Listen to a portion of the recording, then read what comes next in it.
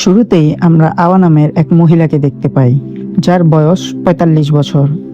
সে তার মেয়ের সাথে একটি শপিং মলে এসে জিনিসপত্র কিনছে। আসলে আজ আওয়ার মেয়ের জন্মদিন, আর তার মেয়ে এখন ১৮ বছর বয়সে পা দিয়েছে। এই কারণেই মা মেয়ে একসাথে শপিং করতে এসেছে, যেন জন্মদিনটা ভালোভাবে পালন করা যায়। হঠাৎ আওয়ার মেয়ের চোখ মলের বাইরে চলে যায়, আর সে দেখে তার বয়ফ্রেন্ডকে, যার নাম অ্যাড্রিয়ান। অ্যাড্রিয়ানকে দেখে তার মেয়ে খুব খুশি হয়ে যায়। অ্যাড্রিয়ান তাকে বাইরের দিকে ডাক দেয়। অ্যাড্রিয়ানকে দেখে আওয়া তার মেয়েকে জিজ্ঞেস করে, ও এখানে কি করছে? তুমি তো আমায় বলেছিলে তুমি এই ছেলেটার সাথে দেখা করা বন্ধ করে দিয়েছো, তাহলে এখনো আবার এখানে এলো কেন? কিন্তু আওয়ার মেয়ে কোনো উত্তর না দিয়ে চুপচাপ মলের বাইরে গিয়ে অ্যাড্রিয়ানের সাথে দেখা করে। দুজন একে অপরকে জড়িয়ে ধরে এবং কিস করে। আসলে আওয়ার মেয়ে অ্যাড্রিয়ানকে খুব ভালোবাসে। ওরা অনেক দিন ধরেই একে অপরের সাথে সম্পর্কে আছে, কিন্তু এই সম্পর্কটা আওয়ার একেবারেই পছন্দ না। শপিং শেষ হওয়ার পর আওয়া মলের বাইরে আসে এবং গাড়ির ট্রাঙ্কে জিনিসপত্র রাখতে থাকে। এই সময় অ্যাড্রিয়ান আওয়ার মেয়েকে বলে, উফ, আমি তো ভুল করে বাসার চাবিটা বাইরে রেখে এসেছি। এখন আমার বাবা ঘরের ভিতরে যাবে কিভাবে? এই কথা শুনে আওয়া বুঝে যায় তার মেয়ে তাকে না জানিয়ে অ্যাড্রিয়ানকে জন্মদিন পার্টিতে তাদের লেকের ধারে থাকা বাড়িতে ইনভাইট করেছে। এটা জানার পর আওয়ার মনটা খারাপ হয়ে যায়, কারণ সে চেয়েছিল সে তার মেয়ের সাথে জন্মদিনটা উদযাপন করবে একা। কিন্তু পরে আওয়া ভাবে তার মেয়ে তো এখন আর ছোট নেই, সে নিজের জীবনের সিদ্ধান্ত নিজেই নিতে পারে। এই ভেবে আওয়া কিছু বলে না। তারপর আওয়া গাড়িতে জিনিসপত্র গুছিয়ে নেয় এবং তার মেয়ের সাথে অ্যাড্রিয়ানকেও গাড়িতে তুলে নেয়। ওরা তিনজন মিলে রওনা দেয় সেই লেকের ধারে থাকা বাড়ির দিকে। আসলে আওয়া অ্যাড্রিয়ানকে ঘৃণা করে না, বরং তার দিকে কিছুটা আকৃষ্ট বোধ করে, আর এই কারণেই সে তার থেকে একটু দূরত্ব রাখতে চায়। অন্যদিকে অ্যাড্রিয়ানও আওয়ার দিকে অদ্ভুতভাবে তাকাতো। এই কারণেই আওয়া চাইতো না অ্যাড্রিয়ান তাদের সাথে আসুক। কয়েক ঘন্টা গাড়ি চালানোর পর ওরা লেকের ধারে থাকা সেই বাড়িতে পৌঁছায়। এই বাড়িটা ওদের ফ্যামিলি হলিডে হাউস, একটা একেবারে শান্ত সুন্দর জায়গা বানানো, আর একদম পাশে একটা লেকও আছে। গাড়ি থেকে নেমে আওয়া জিনিসপত্র বের করতে থাকে এবং মেয়েকে বলে, তুমি এগুলো ঘরের ভেতরে নিয়ে যাও। মেয়েটা জিনিসপত্র নিয়ে বাড়ির দিকে যেতে যেতে অ্যাড্রিয়ানকে বলে, চলো তোমায় আমার ঘরটা দেখাই। কিন্তু অ্যাড্রিয়ান বলে, তুমি যাও, আমি আরো কিছু জিনিস নিয়ে আসছি। এদিকে আওয়া কিছু বলে না, চুপচাপ গাড়ি থেকে বাকি জিনিস বের করতে থাকে। অ্যাড্রিয়ানও পেছন পেছন জিনিসপত্র নিয়ে বাড়ির ভেতরে আসে। তখন আওয়া তাকে বলে, আরো ১ ঘন্টার মধ্যে তোমার বাস আসবে, তখন তুমি এখান থেকে চলে যেও। এই কথা শুনে অ্যাড্রিয়ান চুপ করে থাকে। তারপর সে আওয়ার কাছে এসে বলে, আমি ইচ্ছা করে এখানে আসিনি, আপনার মেয়েই আমাকে ইনভাইট করেছে, যাতে আমরা সবাই মিলে তার জন্মদিনটা ভালোভাবে সেলিব্রেট করতে পারি। আমি যদি এখন চলে যাই তাহলে ও খুব কষ্ট পাবে। আপনি কি এটা চাইবেন? আপনার মেয়ে তার জন্মদিনে খুশি থাকুক। এই কথার উত্তরে আওয়া কিছু বলে না। এরপর আওয়ার মেয়ে এসে বলে সে অ্যাড্রিয়ানের সাথে লেকে স্নান করতে যাচ্ছে। আওয়া তখন বলে, আমাদের তো জন্মদিনে অনেক কাজ বাকি, ঘরেও অনেক কিছু গোছাতে হবে। কিন্তু মেয়েটা বলে, এখন তো দুপুর ১২টা বাজে, এখনো অনেক সময় আছে। এই বলে সে আদ্রিয়ানের সাথে লেকে চলে যায়, আর আওয়া ঘর পরিষ্কার করতে লেগে পড়ে।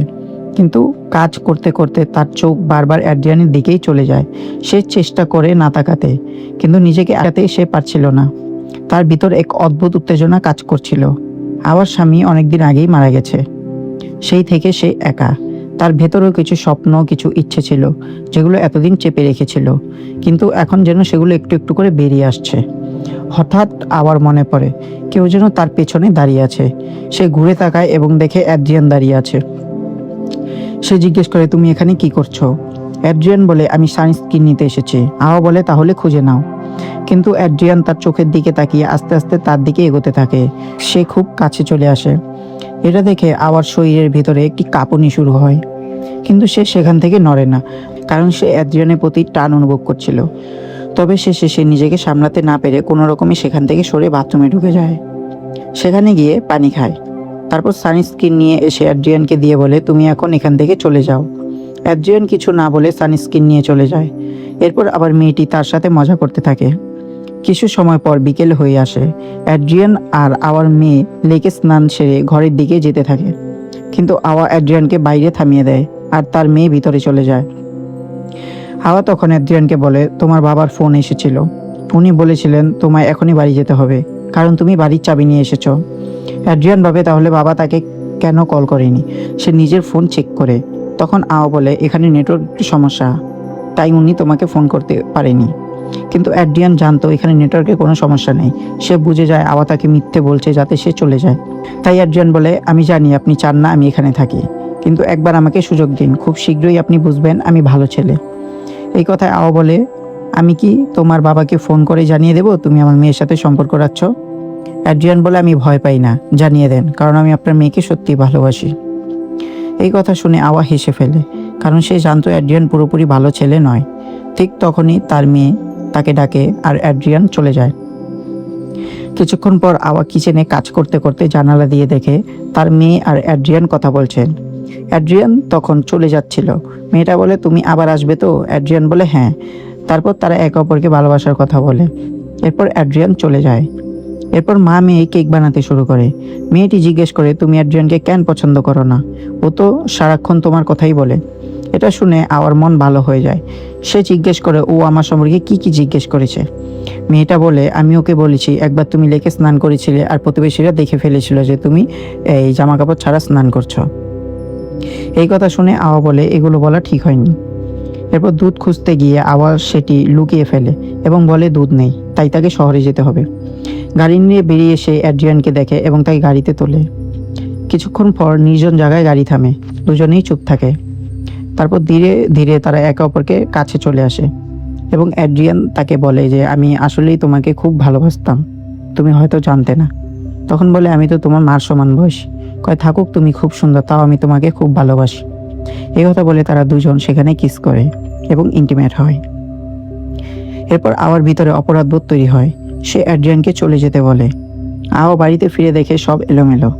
তার মেয়ে কাঁদছে। সেই জানায় অ্যাড্রিয়ান তাকে ব্রেকআপ মেসেজ পাঠিয়েছে। মেয়েটা কাঁদতে কাঁদতে বলে, তুমি ঠিকই বলেছিলে মা, ও ভালো ছেলে না। আওয়া তাকে জড়িয়ে ধরে, কিন্তু সে জানে আসল সত্যটা আরও কষ্টদায়ক। অ্যাড্রিয়ান শুধু তার মেয়েকে না, তাকেও ঠকিয়েছে। এভাবেই গল্পের সমাপ্তি ঘটে। তো বন্ধুরা, আপনাদের কাছে আজকের এক্সপ্লেইন গল্পটা কেমন লাগলো? যদি ভালো লাগে অবশ্যই ভিডিওতে একটি লাইক, কমেন্ট, শেয়ার করতে ভুলবেন না। অ্যান্ড এরকম কিছু ইন্টারেস্টিং এক্সপ্লেনেশন ভিডিও দেখতে চ্যানেলটি সাবস্ক্রাইব করবেন, কারণ আমি অনেক কষ্ট করে খুঁজে তারপর আপনাদের জন্য এই গল্পগুলো খুঁজে বের করি। তো ভালো থাকবেন, ধন্যবাদ।